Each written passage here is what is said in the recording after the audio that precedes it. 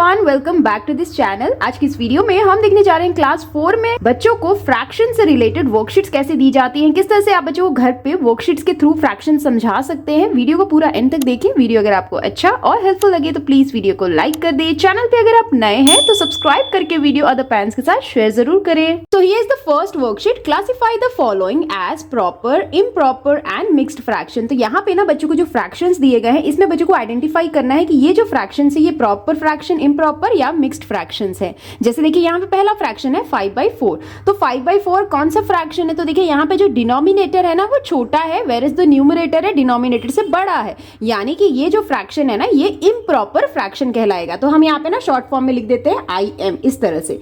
Now next देखिए यहाँ पे 1 2/3। तो यहाँ पे बहुत ही ईजी है समझना। यहाँ पे बच्चों को 1 होल नंबर दिया है और यहाँ पे है प्रॉपर फ्रैक्शन। तो ये क्या है? ये जो फ्रैक्शन है ये होता है मिक्स्ड फ्रैक्शन, क्योंकि यहाँ पे दो फ्रैक्शंस को मिक्स किया गया, इसीलिए मिक्स्ड फ्रैक्शन है। तो हम यहाँ पे M लिख देते हैं। नेक्स्ट देखिए यहाँ पे है 11/30। 11/30 है तो यहाँ देखिए न्यूमरेटर जो है वो छोटा है, वेयरएज डिनोमिनेटर न्यूमरेटर से बड़ा है, यानी कि ये फ्रैक्शन होता है प्रॉपर फ्रैक्शन। तो हम यहाँ पे P लिख देंगे। नेक्स्ट देखिए यहाँ पे 21/7। अगेन यहाँ पे न्यूमरेटर बड़ा है डिनोमिनेटर से, इसीलिए ये हो जाएगा हमारा इम्प्रॉपर फ्रैक्शन। तो हम यहाँ पे IM लिख देंगे। नेक्स्ट देखिए 11 1/2। तो ये कौन सा फ्रैक्शन है? ये है मिक्स्ड फ्रैक्शन। तो इस तरह से ना बच्चों को सबसे पहले फ्रैक्शंस, डिफरेंट टाइप्स ऑफ जो फ्रैक्शंस पढ़ाए जाते हैं ना उसको आइडेंटिफाई कराना सिखाया जाता है। तो इस तरह की वर्कशीट से आप बच्चों को बहुत ही आसानी से समझा सकते हैं। Now here is the next worksheet, write two like fractions. तो यहाँ पे जो बच्चों को दिया है एक एक फ्रैक्शन, उसी से रिलेटेड बच्चों को दो लाइक फ्रैक्शंस लिखने हैं। तो लाइक फ्रैक्शंस बच्चों को बताना है आपको कि लाइक फ्रैक्शन ऐसे फ्रैक्शन होते हैं जिसके डिनोमिनेटर सिर्फ सेम होते हैं। जैसे देखिए यहाँ पे पहला यहाँ पे जो फ्रैक्शन दिया है वो है 2/9।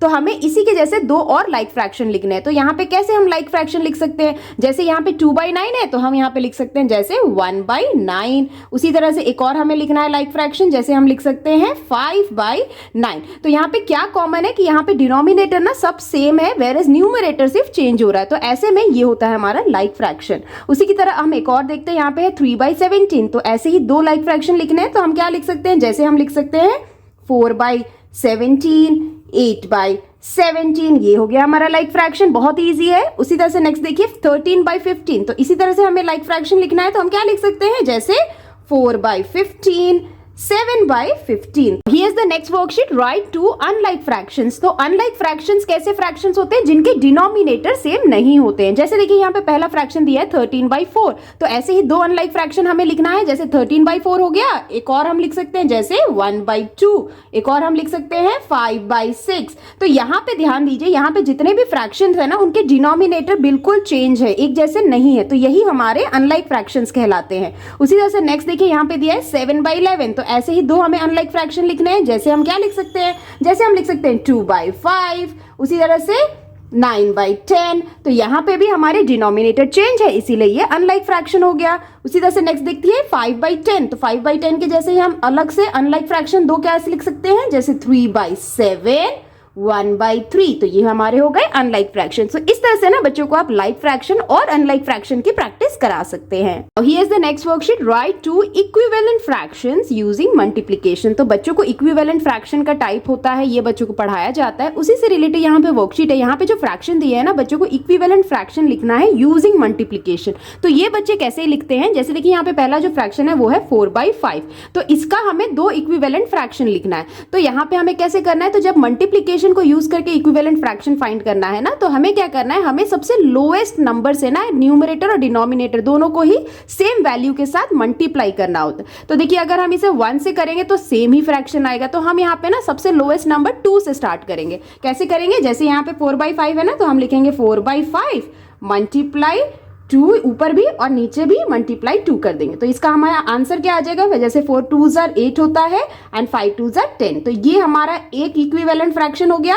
अब उसी तरह से दो बोला है ना, तो सेम नंबर को हम 4/5 को अब नेक्स्ट नंबर यानी कि 2 से कर दिया, अब 3 से मल्टीप्लाई करेंगे। तो 3 × 3, यहाँ पे दोनों ऊपर नीचे सेम नंबर से मल्टीप्लाई करना है।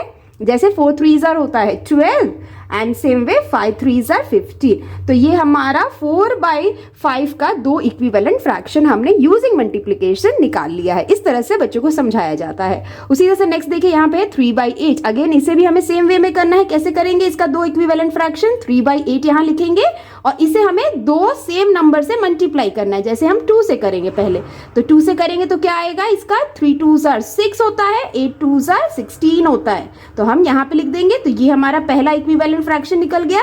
उसी तरह से 3/8 को हम क्या करेंगे, मल्टीप्लाई 3 से कर देंगे। तो यहाँ पे हमारा आंसर क्या आ जाएगा, 3 3s are 9 and 8 3s are 24। तो ये हमारा दूसरा इक्विवेलेंट फ्रैक्शन आ गया 3/8 का। तो जितना भी इक्विवेलेंट फ्रैक्शन निकालना है उतना ही नंबर बच्चों को आगे बढ़ते जाना है। इसी तरह से बच्चों को फाइंड करना सिखाया जाता है equivalent fraction using multiplication. Now here is the next worksheet, right 2 equivalent fractions using division. तो यहाँ पे ना बच्चों को जो फ्रैक्शंस दिए गए ना उसके 2 इक्विवेलेंट फ्रैक्शंस बच्चों को फाइंड करने हैं यूजिंग डिवीजन। कैसे लिखेंगे, जैसे देखिए यहाँ पे पहला जो फ्रैक्शन है वो है 9/27।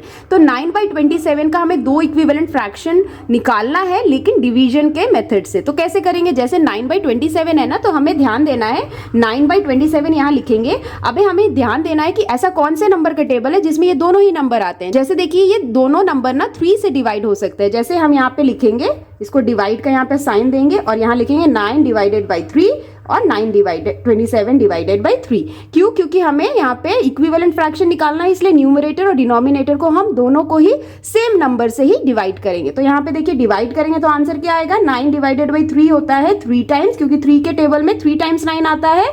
और उसी तरह से 27 3 के टेबल में कितने टाइम्स आता है, 9 टाइम। तो ये हमारा पहला इक्विवेलेंट फ्रैक्शन निकल गया यूजिंग डिवीजन।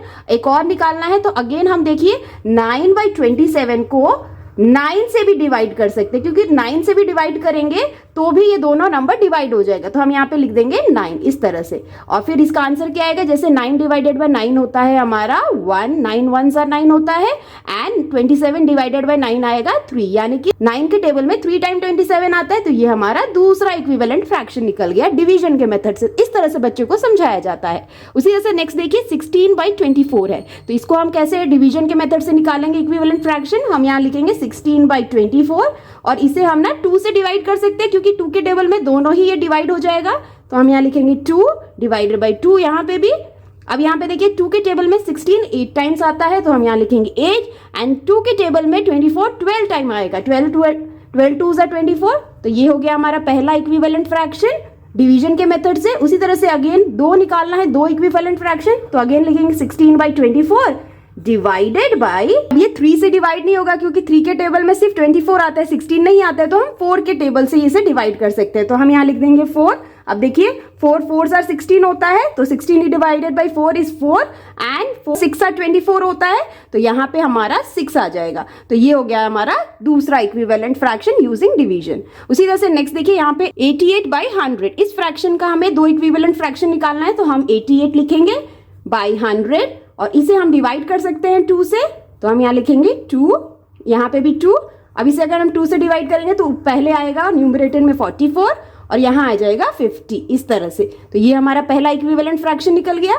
उसी तरह से देखिए 88 को और बाय 100 को अगर हम डिवाइड करना चाहें 4 से तो भी डिवाइड हो सकता है। तो देखिए 4 से अगर हम डिवाइड करेंगे तो यहाँ पे आएगा हमारा 22, क्योंकि 4 के टेबल में 88 डिवाइड होगा 22 टाइम्स, एंड बाय यहाँ पे न्यूमरेटर डिनोमिनेटर में आएगा 25, यानी कि 25 4s are 100 होता है। तो ये हमारा दूसरा इक्विवेलेंट फ्रैक्शन निकल गया 88/100 का। तो इस तरह से ना बच्चों को डिवीजन के मेथड से इक्विवेलेंट फ्रैक्शन सिखाया जाता है। आप इस तरह से बच्चों की प्रैक्टिस करा सकते हैं। Now here is the next worksheet, convert the following improper fraction into mixed fraction. तो यहाँ पे ना बच्चों को जो इम्प्रॉपर फ्रैक्शंस दिए गए हैं इसे हमें कन्वर्ट करना है मिक्स्ड फ्रैक्शन में। तो इसे बच्चों को कैसे सिखाया जाता है, देखिए पहला यहाँ पे जो इम्प्रॉपर फ्रैक्शन दिया है वो है 4/3।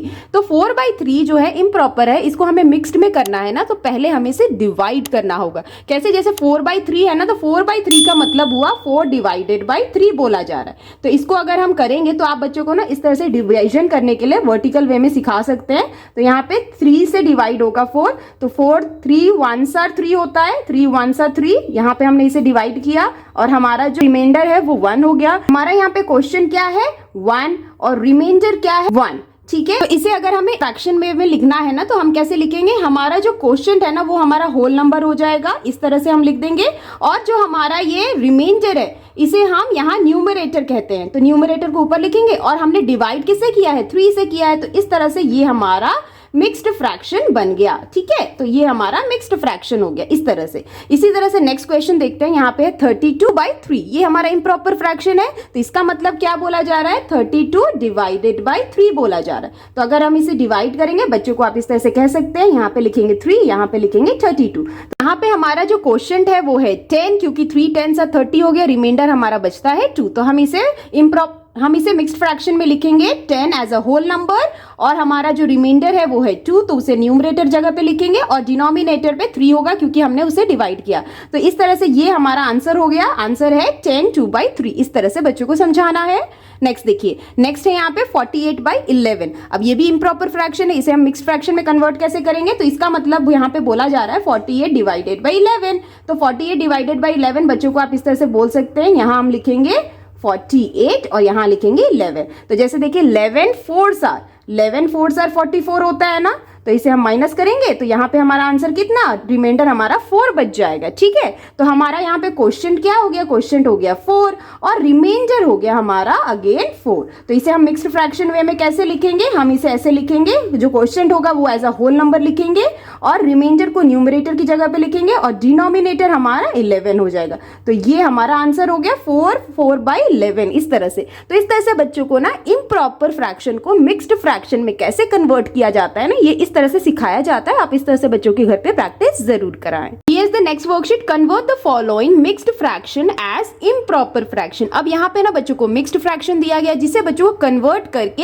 इम्प्रॉपर फ्रैक्शन में लिखना है। तो ये बहुत ही इजी होता है बच्चों को समझाने के लिए, क्योंकि बच्चों ने 3rd ग्रेड में भी सीखा होता है। जैसे यहाँ पे जो पहला मिक्स्ड फ्रैक्शन है वो है 2 1/3। 2 1/3 को हम इम्प्रॉपर फ्रैक्शन में कैसे कन्वर्ट करेंगे, तो यहाँ पे ना सबसे पहले आप बच्चों को यहाँ पे ये बताएं, जैसे यहाँ पे 2 1/3 बोला गया है। ठीक है, तो हमें यहाँ पे फॉर्मूला क्या यूज करना है, हमें डिनोमिनेटर को ये जो होल नंबर है इसके साथ क्या करना है, मल्टीप्लाई करना है, और जो आंसर आएगा उसको न्यूमरेटर के साथ प्लस कर देना है। यानी कि जैसे यहाँ पे 2 1/3 बोला जा रहा है, तो जैसे 2 3s are कितना होता है, 2 3s are 6 होता है ना, और प्लस 1 यानी कि 2 3s are 6 प्लस 1 is 7 हो गया हमारा न्यूमरेटर, और denominator will be as it is, यानी 7/3 इज द आंसर। ये हो गया हमारा improper fraction of this mixed fraction. ठीक है, अब उसी तरह से एक और हम यहाँ पे एग्जांपल देखते हैं, यहाँ पे 1 2/5।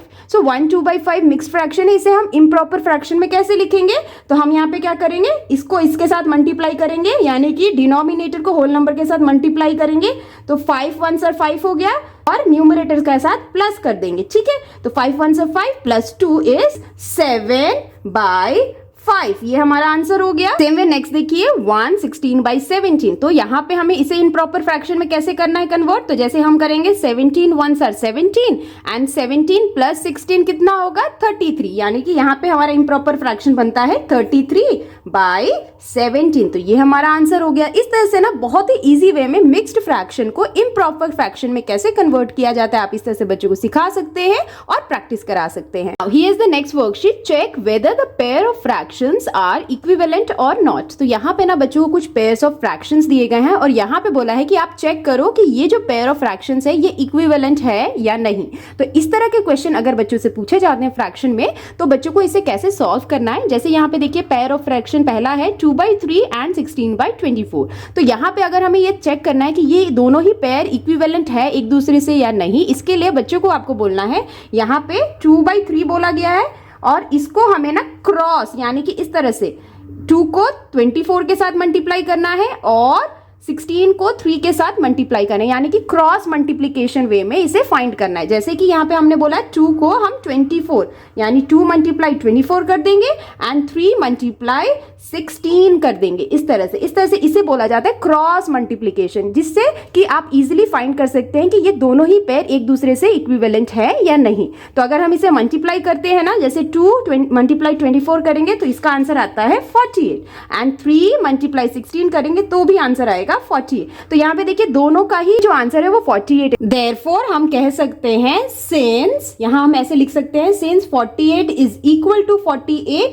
therefore the fractions are, हम यहां लिखते जाएंगे इस तरह से, fractions are equivalent, इस तरह से तो यानी कि जब दोनों का ही आंसर सेम आ जाए तो यानी कि ये जो फ्रैक्शन है, पेयर ऑफ फ्रैक्शन, वो इक्विवेलेंट है एक दूसरे के। इस तरह से बच्चों को समझाया जाता है। उसी तरह से नेक्स्ट देखिए, यहाँ पे है 7/9 एंड 21/8। तो इसमें भी अगर हमें फाइंड करना है कि ये दोनों पेयर इक्विवेलेंट है या नहीं, तो हम इसे क्रॉस मल्टीप्लीकेशन कर देंगे, इसको इसके साथ और इसको इसके साथ। जैसे हम लिखते हैं 7 × 8 कितना आएगा, एंड सेम वे 9 × 21, इस तरह से। तो अगर हम इसे मल्टीप्लाई करेंगे तो जैसे 7 8s are 56 होता है, एंड सेम वे 9 × 28 करेंगे तो आंसर आएगा 189। तो यहाँ पे देखिए, therefore we can say since, यहाँ पे ऐसे लिखेंगे since 56 is not equal to 189, therefore the fractions are not equivalent. इस तरह से, तो इस तरह से बच्चों को आपको समझाना है। जब भी सेम आंसर आए, यानी कि जब आप क्रॉस मल्टीप्लिकेशन करें तो आपका जो आंसर है वो सेम आए तो वो इक्विवेलेंट होगा, और अगर सेम नहीं आता है तो वो पेयर इक्विवेलेंट नहीं कहलाया जाएगा। उसी तरह से नेक्स्ट एक और एग्जांपल देखिए, 2/23 है और यहाँ पे 4/46। तो इसको भी हमें देखना है कि ये इक्विवेलेंट है या नहीं एक दूसरे से। तो हम क्या करेंगे, क्रॉस मल्टीप्लिकेशन के तौर पे इसे फाइंड करेंगे। जैसे यहाँ पे हम लिखेंगे 2 × 46 एंड 23 × 4। तो अगर हम इसे ऐसे मल्टीप्लाई करते हैं तो यहाँ पे हमारा आंसर आएगा, 2 को 46 से मल्टीप्लाई करेंगे तो आंसर आएगा 92, एंड सेम वे 23 को 4 से मल्टीप्लाई करेंगे तो भी आंसर आएगा 92। देयरफॉर हम यहाँ लिखेंगे since 92 is equal to 92, equivalent हम यहाँ लिख देंगे इक्विवेलेंट, क्योंकि दोनों का ही आंसर सेम है, इसीलिए ये जो फ्रैक्शन है ना, ये इक्विवेलेंट हुआ। तो इस तरह से बच्चों को चेक करने के लिए सिखाया जाता है कि पेयर ऑफ फ्रैक्शन इक्विवेलेंट है या नहीं। तो आप इस तरह से बच्चों की प्रैक्टिस करा सकते हैं।